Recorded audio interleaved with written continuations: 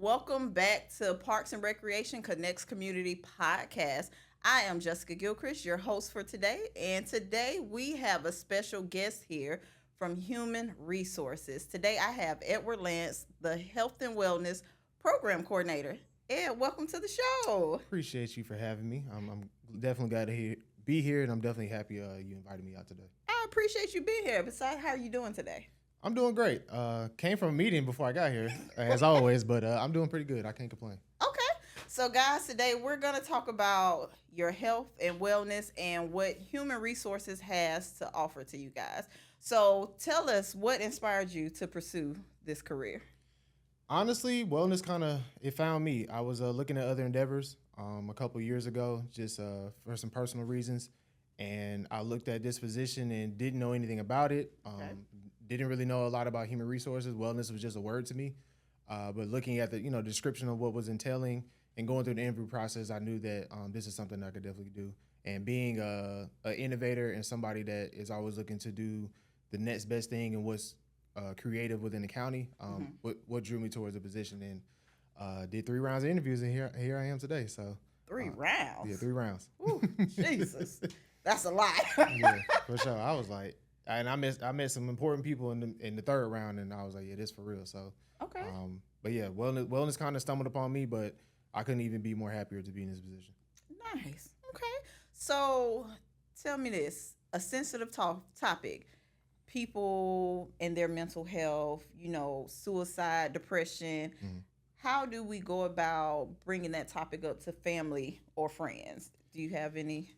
Yeah, well, within our community, that's a sensitive subject. It's always has been, and sometimes it kind of always will be until we make those changes. But for me, and the things that I've become to know about, and the things I've learned is that you have to address it in a setting to where that's all you're going to talk about. If you try to blindside somebody, it's not going to go the way you want it to. So let's say you're out bowling or you're out having a good time, and you say, hey, I want to talk about something real quick. Their mindset is going to be defensive. Because here I am, I'm thinking we're having a good time. Whether it's a friend, family, or a sibling or whatever case it may be, is that they don't want to feel blindsided by the conversation, because 9 times out of 10 they know they have a mental health issue. It's just the biggest part is that them addressing it, them understanding that it's a problem for them, but it's also a problem for others. Because I think a lot of people are naive to the fact that it's not just affecting them; it's affecting other people.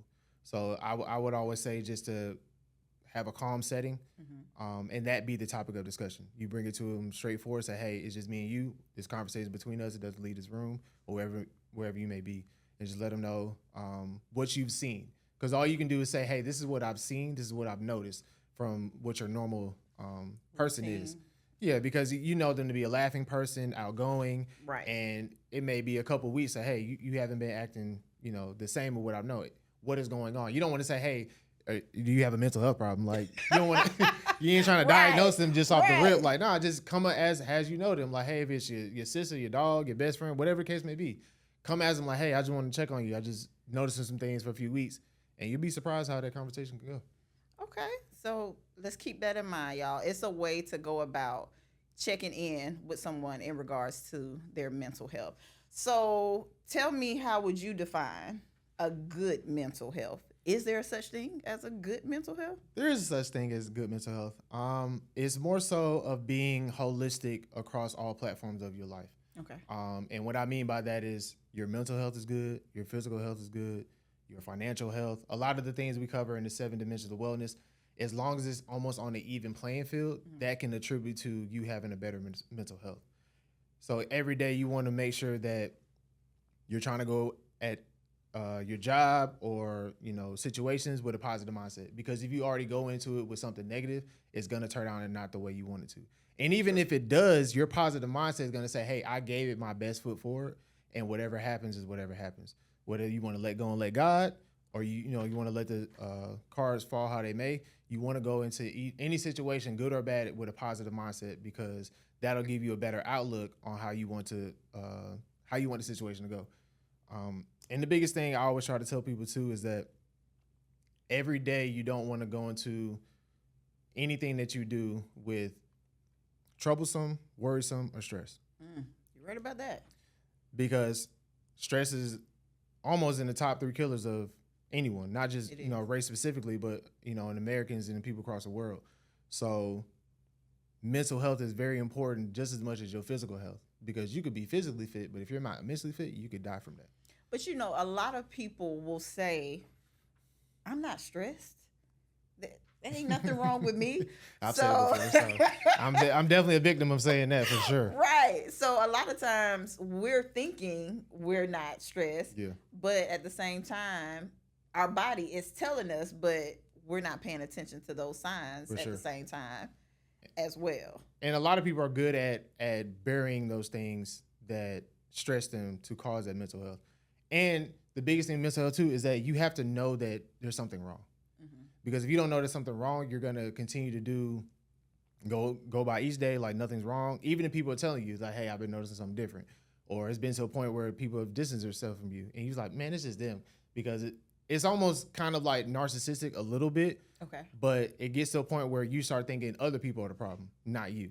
So the biggest thing with mental health is that you have to understand that something is wrong before you can start the process of fixing it and improving what you feel is wrong with you. Okay. Okay. I like that. So you guys have a partnership with Kaiser and you do a lot of seminars Mhm. and stuff throughout the county Mhm. that we tune into. A lot of people you might not know about it, but tell us a little bit about your partnership in those seminars that you guys host. So Kaiser is one of our benefit partners. So the benefits that we offer to all employees, we have Anthem and we have Kaiser. So Kaiser has been on board probably way before I was even part of the county. And when I came into the wellness position, they reached out to me on behalf of Director Ambles, who is our human resource director. And they told her like, you know, this is what we want to do with wellness. And, you know, we want to get ahead of it while your coordinator is getting into his footing with the county. So with Kaiser, we came up with some kind of like a timeline of throughout the year what subjects we want to cover. And we don't want to just cover just health because that's what we know Kaiser to be. They, you know, they focus on your overall health for the most part, but we want to make sure we cover mental health, you know, things that you eat, care at home, how you deal with stress as, you know, a manager or just you even being an employee. So Kaiser does a great job and did a great job when I first got here of doing them in person as well as virtual. Because the biggest thing, we were transitioning from COVID when we started that. So Okay. we had to start on virtual, but they did a great job of giving me some access to in person as well. Because anytime you do a webinar in person and you get to have those one-on-one connections Right. and those one-on-one responses and questions right then and there, it helps the dialogue and move it forward. So that way you don't feel like once you leave this room, you will never talk about the subject again. Oh, that's true. And I don't think I've attended an in person, but I know I've attended some online. I definitely attended the self care. Yeah. Still working on that. I ain't great with that yet, but I'm Hey. still working on that. But I haven't attended. So will y'all be having any more in person anytime soon? Yes, we're looking to bring. I know we did the hypertension ones last year with them, and we did the in-person cooking demonstration Okay. with the nutritionist. We are looking to bring that back as well. I know we did the mental health first aid trainings with them. We did it through a company, but they partnered with the company to present them. So we're going to do a few more of those as well. So we have a few things in works Okay. with Kaiser, but they've always been a great help to myself as well as not just the human resource department, but Clayton County as a whole to bring those benefit options to the Clayton County employees. Okay. So again, for those y'all that don't know, please check your emails to get those updates. check your emails. For those seminars. They are some great seminars. Again, I've attended a few of them. You do not want to miss out on that great opportunity to gain some knowledge that you might think you have, but you really don't have. So attend those seminars. So tell me one piece of wellness advice everyone should hear. Or One two piece, pieces. something that everyone should hear. I would say, and this really just necessarily just have to be wellness, but the strongest people that you know are probably some of the people that's going through the worst things. And when I say that, because I've experienced it myself and I've seen it through others, when you're a strong person, you give yourself to everyone. But what are you giving to yourself? And that's not just from the mental aspect, the spiritual aspect. That's from all fronts of wellness because you're giving yourself out to everyone. So that would be one thing. And then the other is that when you're thinking about wellness, it's not perfection. Okay. Like you just said, I'm trying to be better on that. That's all I ask is for you to try. I'm not expecting you to turn your life around to be a bodybuilder. Or it ain't happening. Yeah, or you to be, you eat the cleanest, you about to be a vegan. I'm not when I preach wellness or even just talk about wellness, I'm not asking you to do a 360. All I'm asking for you is something that you never thought about doing, at least give it an attempt and a try to do it. Okay. So that way, at least you can say, hey, I gave the effort to try something new, and it just wasn't for me. But even in that effort, you can find something else in a different pathway you can go. Okay. That's going to get you to a point where, all right, I like this instead of what I did before. I'm going to start doing this more often. So that's what I try to tell people all the time, because when you get to your doctor's appointments and all these different appointments and different people you talk to, it's like, it's coming from a space of information and research and backgrounds of, what they're giving you, but you don't want to make it seem like you're forcing them to do something that they don't want to do. But also they have to understand that what you've been doing hasn't been working. Correct. And either your health is suffering from it, your family's suffering from it, your finances are suffering from it. Things around you are suffering from the things that you are not improving on. So I just always try to tell people, just give the try, because you never know if you may not like it or not. And I've been the biggest component of that, which helps me preach that in the wellness space, is that I've done a lot of things different now than what I used to do in the past. Okay. Like, I'll give you an example. The biggest thing I used to love fast food. Zaxby's, all of them. Not just one or two. Zaxby's, McDonald's, Burger King. All of them. But it took some movies, some information, and me getting older to understand, like, this is not what I need to continuously be doing. So I had to take a step back for myself and say, all right, what can I do different? Okay. If I love it so much, why do I love it so much? What can I do different? Can I cook the same thing at home? Can I eat it in moderation? Or can I, just be different from an all aspect front when it comes to just that specific of what I brought up. But when I preach wellness, I preach it from a place of experience, because I'm never going to tell you something to do. I'm never going to tell you to do something that I didn't do. I hadn't tried myself. Okay. So those are kind of, a few things, tidbits that I can give from a wellness standpoint. Okay. So y'all, you heard it from Ed. It starts with you first, okay?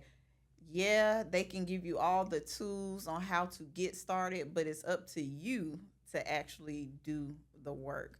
But before we go, Human Resources does have a Sonic Boom wellness app, and they have a lot of different activities and competitions that you can do. I think right now y'all have one with the stair climbing. Yeah, so it's called the Alpine Adventure. So basically it's a stair competition. Basically you kind of putting more emphasis on you taking, the stairs or steps or anything, just alternative to either taking an elevator or walking. So it's similar to a steps contest, because even with the steps, you can still calculate that into stairs, which I didn't even know that you could do that. So this contest already taught me a lot so far. So that's currently what we're doing right now with that contest. Okay. So do we have anything else to look forward to from Human Resources coming up, let's just say in the next 3 to 6 months? Yeah. So right now we are working on a cancer event. We're working with a company that's going to come out and test you for basically any cancer known to man from the neck down. Wow. So they're going to be able to test you for all of that, get your results, go through it with you, kind of give you understanding, because we know a lot of terms are something that we don't normally see on a day-to-day basis. So that's someone who we're working with right now. We are looking into the option of getting vending machines that's going to house over-the-counter products, and that'll be free to all the employees. So nice. We are looking into doing that as well. The shoe giveaway that we just wrapped up at the end of last year. We are looking to do the third lap this year, so we're all looking to do that as well. Employee Gratitude Day, which everyone loved last year, we are looking to bring that back again. And then a few things that I'm gonna keep in the wraps and want y'all to be surprised about. But when it comes to this year, the biggest thing we're trying to do is just improve, be better, get more of everyone kind of participating. I think that's the biggest thing that has helped me grow within wellness, is just the participation. Okay. And I'm appreciative of everyone participates, whether it's something small, something big, because that helps us do more. The more everyone participates, the more we can do. So I'm definitely appreciative of that. And 2025 is going to be a great year of wellness. 2025 is going to be a great year. Look, y'all, if you didn't know, it's a new era. It's new things going on. Change is coming. Look forward to that change. Look forward to the great things that Human Resources is about to bring to us. Clayton County Parks and Recreation is about to bring. So just be prepared for some amazing things coming. And that's the end of this show. Happy Black History Month, everybody. I hope you enjoyed this episode, and we will catch you on the next one. Thank you again, Ed, for No problem. coming. Thank you for having me.